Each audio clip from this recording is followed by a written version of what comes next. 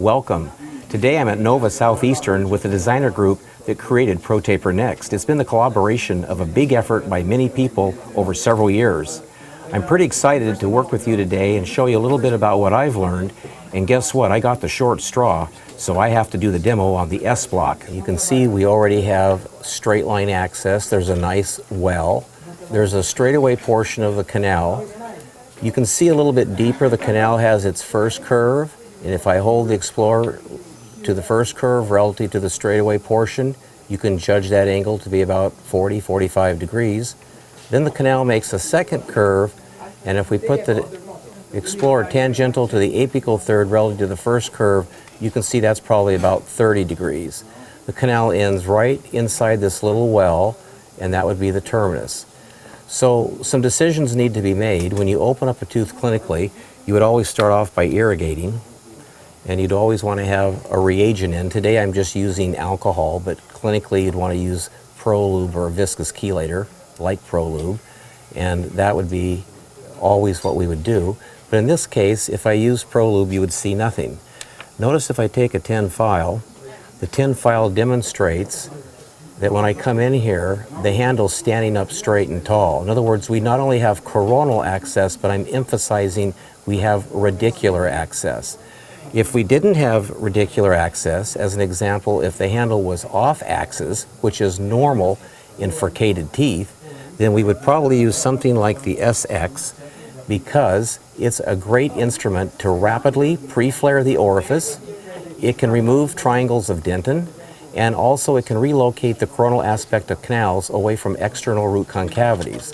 The SX has the biggest taper in the business. It's 19%, and right in the middle of this instrument is a GG1234. So we can use this in a brushing motion. Really want to emphasize brushing so that it doesn't grab. If your SX is grabbing, you're pecking and you're not brushing. So we have a tin file at the diagnostic length, and what I'm going to do is, you can use a variety of different ways to pre-curve your instruments, but I'm going to put a little curve on the file. I'm going to exaggerate the curve. I don't know exactly what the curve is because clinically you wouldn't be able to see.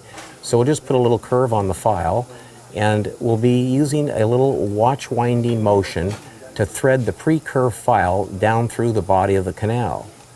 If the file at any time meets resistance, pull.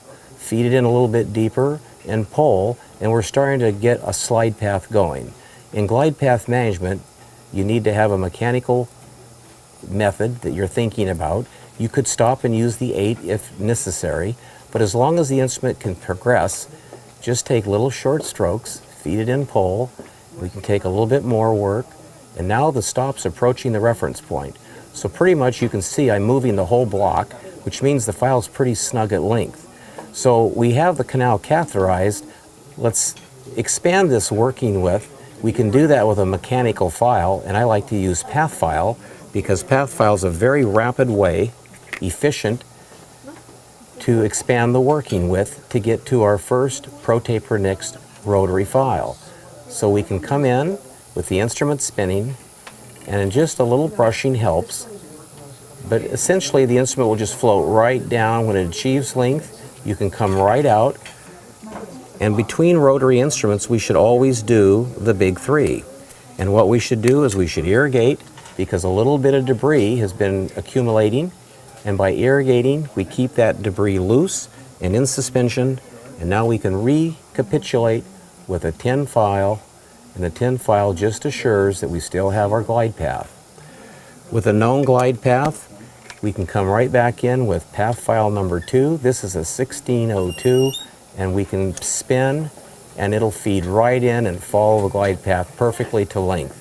Once we've achieved length, we can come out. Now, remember, every time we remove a mechanical file, we really want to make sure that we irrigate and flush the canal out.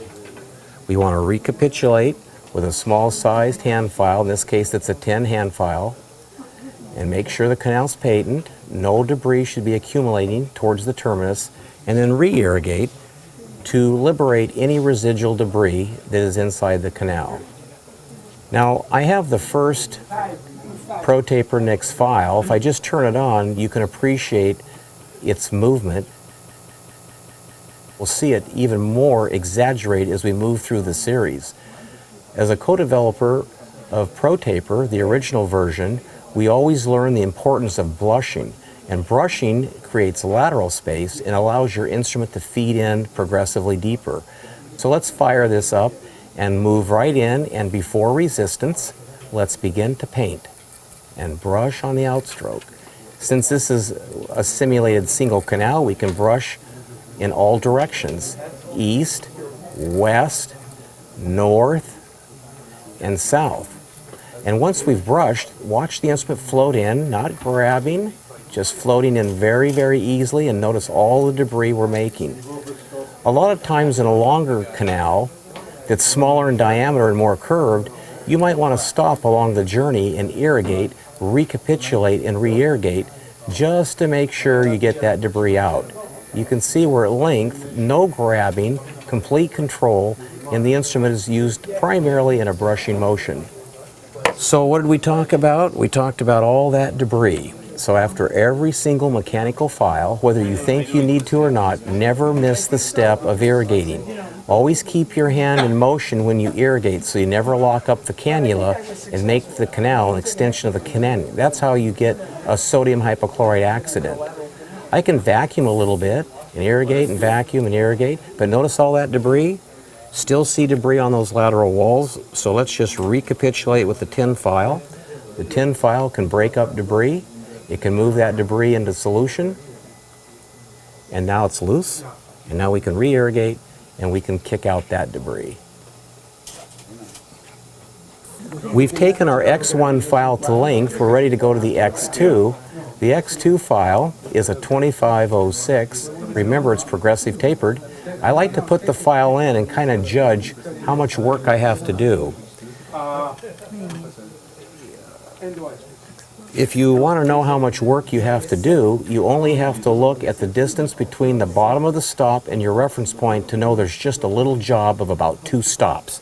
It's always an even progression from instrument to instrument. So, importantly, before resistance, begin to paint.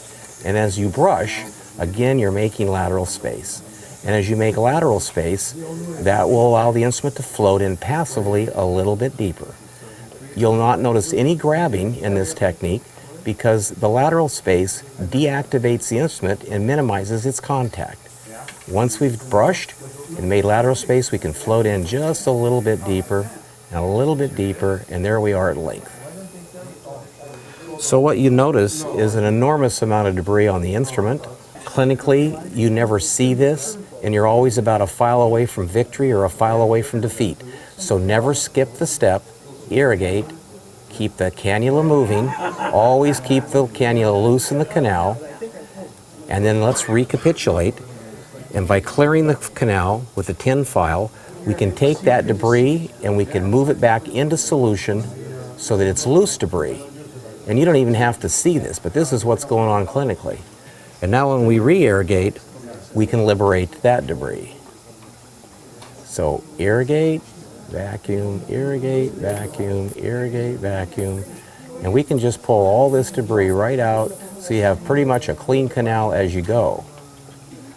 So at this point, we could ask ourselves if we're done, and what we might want to do is use a gauging file, but a lot of us just look at the terminal part of our file, and if our file is loaded with debris, you can be very confident that that instrument just cut its shape in the apical 1/3. So that means the 2506 came out loaded.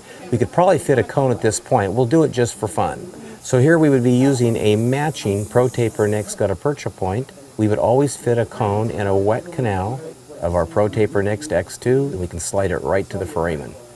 And there it is. And let's move on to our X3, ProTaper Next X3. Watch this instrument, and it's kind of exciting how it randomly hits the walls. So let's go in. This would be a 30 tip, as you would expect from the rubber stop, which is blue, and this has a taper of 07.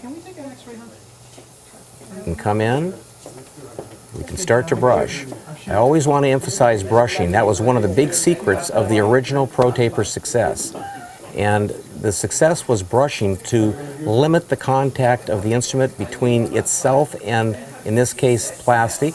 And also, by brushing, we can better address the internal anatomy, because many canals have external concavities and eccentricities off their rounder portions. Once that instrument's achieved length, we need to remember all the debris that was on the instrument, but look at the residual debris that's still inside the block. And then we need to always consider the importance of recapitulating. Remember, this is stirring the soup. The tin foil is like stirring the debris, moving it back into solution so that when you re-irrigate, you can liberate that debris. And I like to just kind of move the instrument gently but loosely at length. Now that I have loose debris, I can come back in with my irrigating syringe and I can liberate this debris.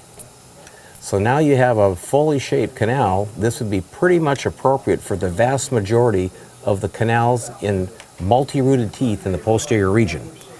Again, you could size a carrier if your choice was carrier-based obturation or gutta-core, or in the instance of warm gutta-percha, you could use the matching PROTAPER NEXT cone that's identified with a blue head, and you could just fit that in a wet canal and slide that to length. And there it is. Now, the tenets of good shaping that Herb Schilder gave us years ago is that we have a continuous tapering preparation, we've maintained the original anatomy, we've maintained the position of the foramen, and we've kept the foramen as small as practical. You'll have a lot of fun with the PROTAPER NEXT series.